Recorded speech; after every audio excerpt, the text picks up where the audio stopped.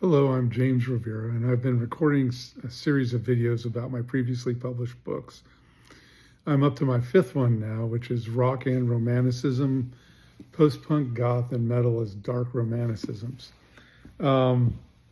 This is the second of my books titled Rock and Romanticism, and I go into the origin of these in my previous video.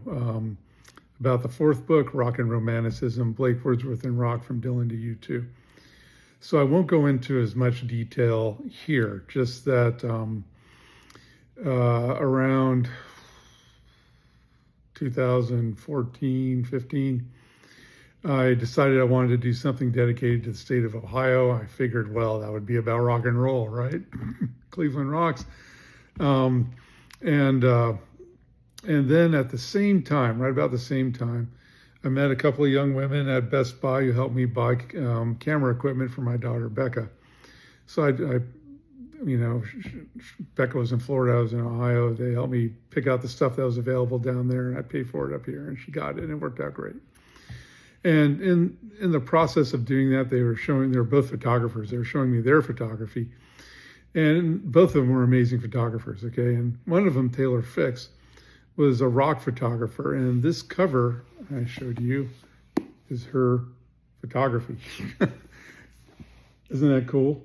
And you can find her on Instagram, Fickes, Taylor.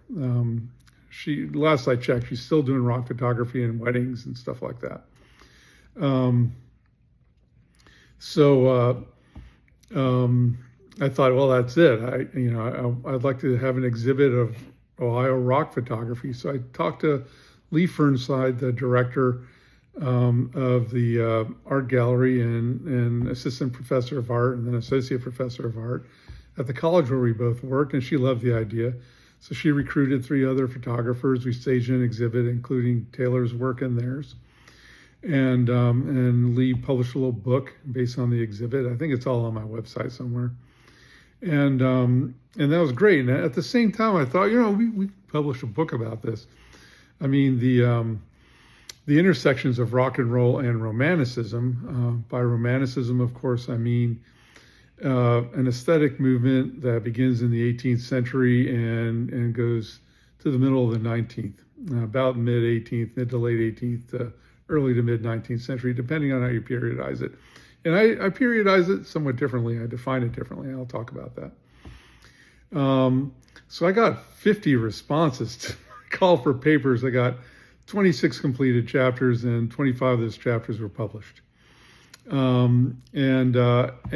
can't. I mean, that's an encyclopedia almost. It's a dictionary. So I split them up into 2 collections. One leaned more toward Blake and Wordsworth, and lead more toward the pastoral.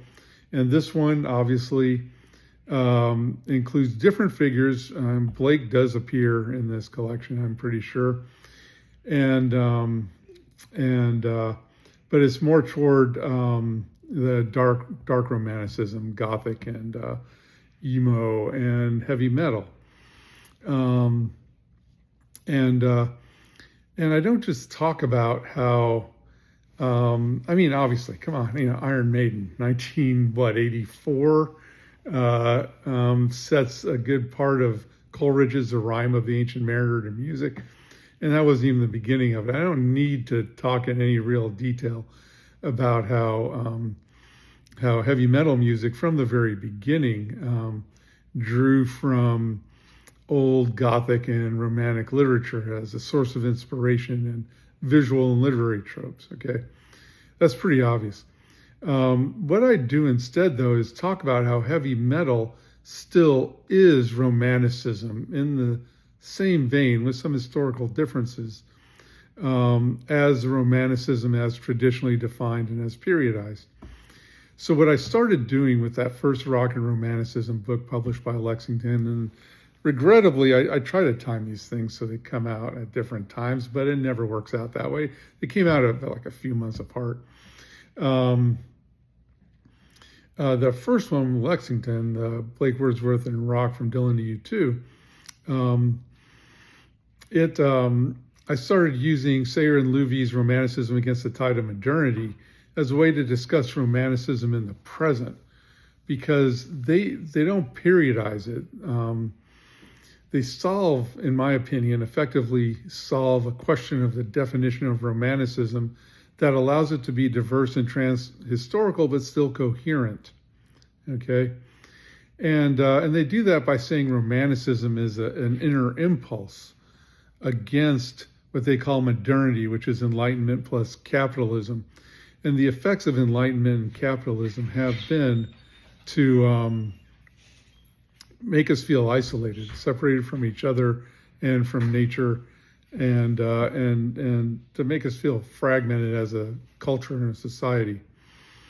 And that involves a great loss of our humanity in the process. So they, after providing that definition, they provide a taxonomy of different Romanticisms, different kinds of Romanticism. Pastoral is one kind, Dark Romanticisms, Gothic's another kind, Fascistic Romanticism is another. And they're all characterized by a sense of loss and a sense of nostalgia, which gets increasingly complex as it goes along. So, using Sayer and Louvie has allowed me to talk about Romanticism in the present, and I'm talking about heavy metal as Romanticism in the present. So I'm not just talking about how Romanticism is similar to heavy metal, or heavy metal is similar to Romanticism, or how they have these things in common. It's not just about identifying similarities and differences. It's about locating it in a taxonomy and identifying how it is driven by similar emotional forces. And that's how I say heavy metal is Romanticism in the present. So this book is thicker than the previous one. It has, let me see, 13 chapters. Chapter 1, Introduction, again, Theorizing Rock, Historicizing Romanticism, that dialectic between theory and history I established with my second book, Reading as Democracy in Crisis, Interpretation, Theory, History, where I try to explain that different theoretical contexts, concepts and constructs as they arise, different ways of reading. I'm talking about literary theory, if it's kind of a misnomer if you go far enough back, but different reading strategies, different theories of reading, different ways of interpreting. I say they all commonly arise in response to a crisis in democracy. That's the thesis of that book, which was now published by Bloomsbury. It's available on Bloomsbury. So I'm still kind of working with that too, a dialectic between theory and history, that historical forces motivate how we theorize things. So the second chapter is Evan Labuzetta's Empathy for the Devil, the origin of Mick Jagger's Devil in John Milton's London. And I'm going to say more about the relationship between Milton and the Romantics in a couple of minutes. Emily A. Bernhard Jackson, Bliss Was It in That Shirt to Be Alive. Don't you love that? Connecting Romanticism and New Romanticism through dress. So she's talking about the New Romantics of the early 1980s, say like Adam Ant. Crying Like a Woman Because I'm Mad Like a Man, Chrissie Hynde, Gender and Romantic Irony by Sherry Truffin. A Northern Ode on Melancholy, The Music of Joy Division by Carolyn Langhorst. Mark McCutcheon's chapter was Little Crime-Worn Histories, Nick Cave and the Roots Raves Rehab Story of Rock Stardom. And I really have to thank Mark because he was an enthusiastic contributor, creating playlists for me, which I had already started to do with the previous collection, but he was on it, man. He was on it. He was a very enthusiastic contributor and supported the promotion of the book, even after it was published, more than just this chapter. And I'm very grateful to him for that. I want to say that. Len Von Moore's Postcards from Waterloo, Tom Verlaine's Historical Constellations. That's chapter 7. Samuel Lyndon Gladden, Manner, Mood, Message, Bowie, Morrissey, and the Complex Legacy of Frankenstein. And this is just the beginning of my work with Sam Gladden. He contributed to David Bowie and Romanticism, which will be the next book that I talk about. And now I'm working with him on another anthology called David Bowie Is. That's one of my 4 future projects coming out in the next year to 18 months, hopefully. And David Bowie Is will be an anthology, but it will be a very different one. It tries to focus on less explored aspects of Bowie's career, like his less famous movies, his work as a producer, things like that, his work as a painter. He was a painter, okay? And I really like how it's shaping up, and we're going to be moving forward with that a little bit more soon. Tales of the Female Lover, The Poetics of Romantic Desire, and P.J. Harvey's To Bring You My Love and Is This Desire by Catherine Giraudet. Ike Traeger's Emocosms, Mind Forged Realities, and Emotional Rock Music. Christopher Stampone, I Possess Your Soul, Your Mind, Your Heart, and Your Body, External and Internal Gothic Hauntings in Eminem's Relapse, which of course is hardly metal, but I would say, Eminem was on my radar, and I appreciated his genius. I never really looked at him closely, but after reading this, I paid a lot more attention to Eminem, and this stuff can be pretty gothic. Okay. Matthew J. Heilman, The Female is Such Exquisite Hell, The Romantic Agony of My Dying Bride. And finally, Julian Knox, Ashes Against the Grain, Black Metal, and the Grim Rebirth of Romanticism. And Julian Knox is a collaborator with me now on a forthcoming collection, Romanticism and Heavy Metal. So that will be exclusively focused on heavy metal, and it will be international in scope. Right now, a revised proposal and some writing samples are with a publisher, a very reputable publisher in Romanticism, academic. And we'll see where it goes from there, and I'll talk more about that as it comes around. So that's this book. I think I mentioned that with every book I publish, there's a kind of insight that's new to me that comes out as I'm writing about my subject. And the new insight for me is my own definition of Romanticism, my own way of historicizing it. I would say the new idea here is not the influence of John Milton on Romanticism. The new idea here would be that John Milton himself in Paradise Lost is the origin of Romanticism. That was a romantic work. I don't need to explain how deeply influential he was on romantics, all of them really, especially Blake and Wordsworth and Shelley, and, everyone who tried to write any kind of an epic was influenced by Milton. And Blake made John Milton a part of his own mythology, a figure in his own mythology. And he felt that he needed to be redeemed because Milton, to him, was very clearly at odds with himself in the writing of Paradise Lost and his drawing of the figure of Satan, who seems initially, at least, a lot more attractive than the figure of God in Paradise Lost, when that was not anywhere near Milton's intent.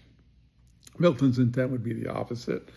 But really, in the first 5 or 6 chapters, God doesn't look great. I have a lot more empathy with Satan, sympathy for the devil. So that's the way he wrote it, and that implies an internal contradiction. So Milton's Romanticism, arising out of his great epic Paradise Lost, which is written in response to the English Civil War, crisis in monarchy, the rise of capitalism plus Enlightenment, modernity, as the monarch is overthrown and replaced by a parliamentary government that kind of collapses into something like totalitarianism, and then the monarchy is restored at the end of it, which was, I'm sure, very difficult for Milton to accept. And Paradise Lost reflects those tensions, I believe. And it's characterized by the co-presence of the pastoral and the Gothic in the same space, in the figure of the snake in the garden. Okay? The snake in the garden confronting Eve is Romanticism. It's all right there, and we need to understand that Christ isn't the hero of Paradise Lost. Eve is the fallen hero of Paradise Lost. I'm sure I'm not the only person to say that. But the final battle really between humanity and Satan was between Eve and the devil and the temptation. You know, Adam wasn't there. In Milton's account, Adam wasn't there. And Adam willingly bit the fruit to remain with Eve. But it was Eve who was in dialogue with Satan. And Eve was the one of everyone who almost overcame Satan. Christ drove Satan out of heaven. He defeated him in that sense, drove him into hell, but hell could not contain him. So, what kind of a victory was Christ's victory over Satan in the war of heaven? But when Satan was looking at Eve through the bush, seeing her up close for the first time, he was so overwhelmed by her innocence and her goodness and her beauty that he almost repented right then and returned to God. That was the only thing that really drew him close to God and to repentance, was Eve. And she was the last line of defense for humanity. And it was her battle with Satan. So that's a powerful figure, because in Romanticism, one of the great characteristics of it, and you see that in some of the titles, like Matthew Heilman's with My Dying Bride, is the loss of the beautiful woman. That's a trope in Gothic works, and it carries forward in Romanticism, La Belle Dame Sans Merci,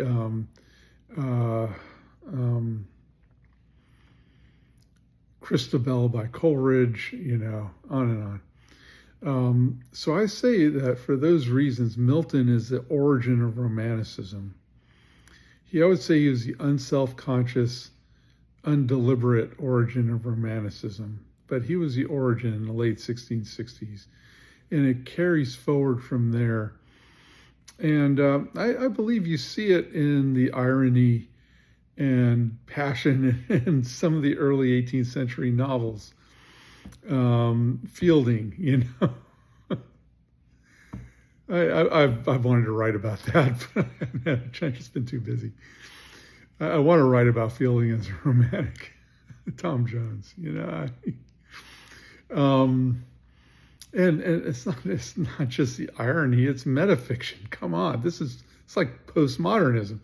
You have Romanticism and postmodernism. You have Milton, Romanticism, postmodernism.